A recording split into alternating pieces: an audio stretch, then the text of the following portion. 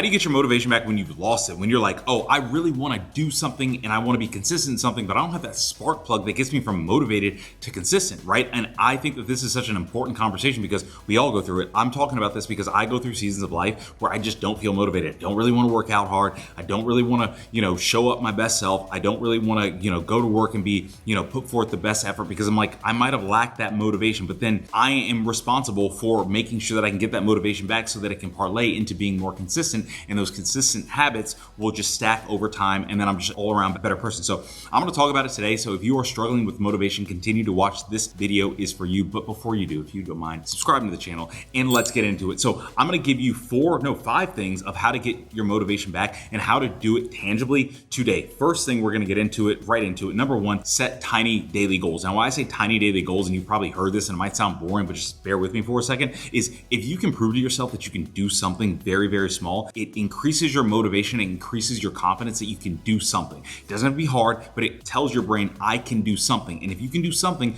you can do another thing, and you can do something that's a little bit bigger, and you can do something that is a little bit more challenging, right? So even if it's just going for a walk, making your bed, brushing your teeth, I'm hoping that you're brushing your teeth, but doing the small things that you might have neglected when you weren't motivated are going to help you get back to a place where you feel like you can take on more things. The problem is with us, we just want to take on everything at the same time. And part of the reason why we lose motivation is because we see like the mountaintop and we're like, oh, we want to get back to where we were. And then we're like, well, I can't do that today, so now I'm not motivated. It's like, don't get back to the mountaintop today. You can't do that anyway. Take one step in the right direction. So set small, tiny goals. After you do that, set 2-week goals that are small and specific, right? I think these are also so important because 2 weeks is very, very easily measurable. It's not like these New Year's resolutions where it's like, it's going to take me a year to accomplish, and a month into it, 2 months into it, people have abandoned it. If you set a 2-week goal, you're able to look, that's a pay period, right? You're able to look at, in 2 Fridays from today, I will have been able to do this, or in 2 Fridays for today, I will have finished this list of whatever I need to do. And if you write those down, you hold yourself accountable, you'll see that, hey, 2 weeks goes by really, really quickly, and then you'll see how much you've gotten done, or the big thing that you wanted to get done. So set those 2-week goals, and I promise you that's going to help you out. Number 3, change your inputs. This is a huge, huge thing if you are lacking your motivation. Now, a caveat, sometimes your inputs aren't negative. I think that's the problem sometimes with what people talk about. It's like, oh, change your inputs and that'll,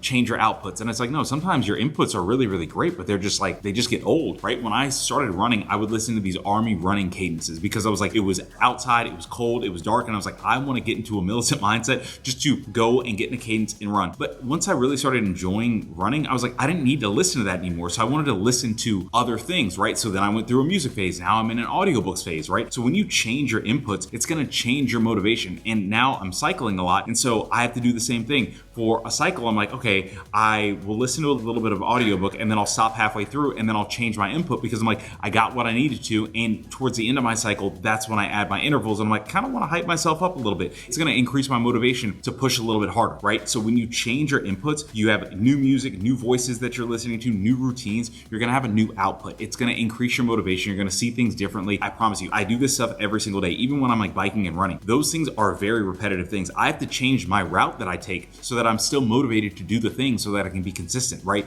But you have to be willing to change something that you're intaking so it can change something that is being output. Number 4, move daily, even if it's just for 20 minutes. Motion creates momentum. If you don't get your blood flowing and you just go from the bed to sitting on the couch, or go from the bed to sitting, at your desk, it's really, really hard to really feel like you are a motivated person. Because I see this, it's like you go from being a toddler where you're always moving in elementary school, middle school, high school, you may be, working out or playing sports. You go into college where you, even if you're not playing sports, you're really active, you have friends, you're doing a lot of stuff. And then all of a sudden you get into the job force and you're like, okay, and especially now remote, and you're like, you're going from your room to your home office, or from your room to your couch on a laptop. And then you wonder, okay, well, why is my life not as inspired, or why am I not as motivated? It's like you're not really moving a lot. You're not moving around a lot. You're not seeing different people. You're not seeing different things. So movement creates momentum. I live by that. If you start moving, you will create momentum in your day. There's a reason why I do my endurance training in the morning, because I'm like, if I start moving moving in the morning, by the time I get back home, I'm so excited to start the day because I'm like, the momentum started. I'm ready to rock, right? So make sure that you're moving, even if it's just 20 minutes a day. Get outside, go for a walk on the treadmill, do something so that you get some movement going. Number 5, cut distractions pretending to be resting. Now, why does this matter in momentum? So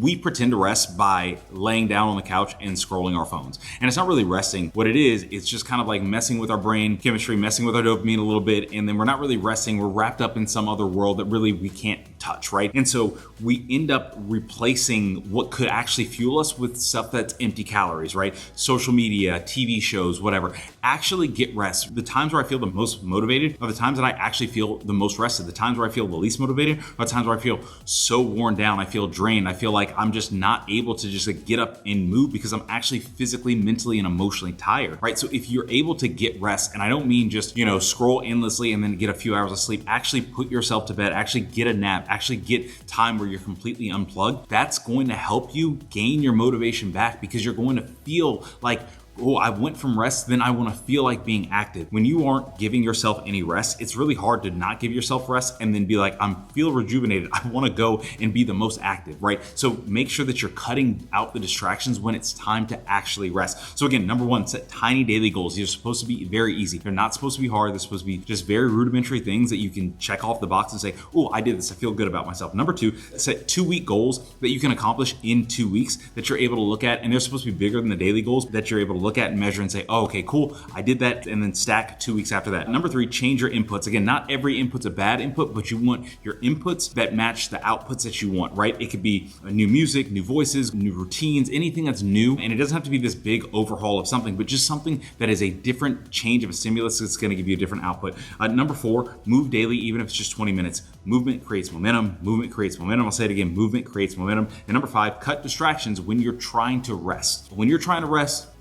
Go take a rest. I promise you it'll help. Thank you all for watching. I'll see you all in the next video. Peace.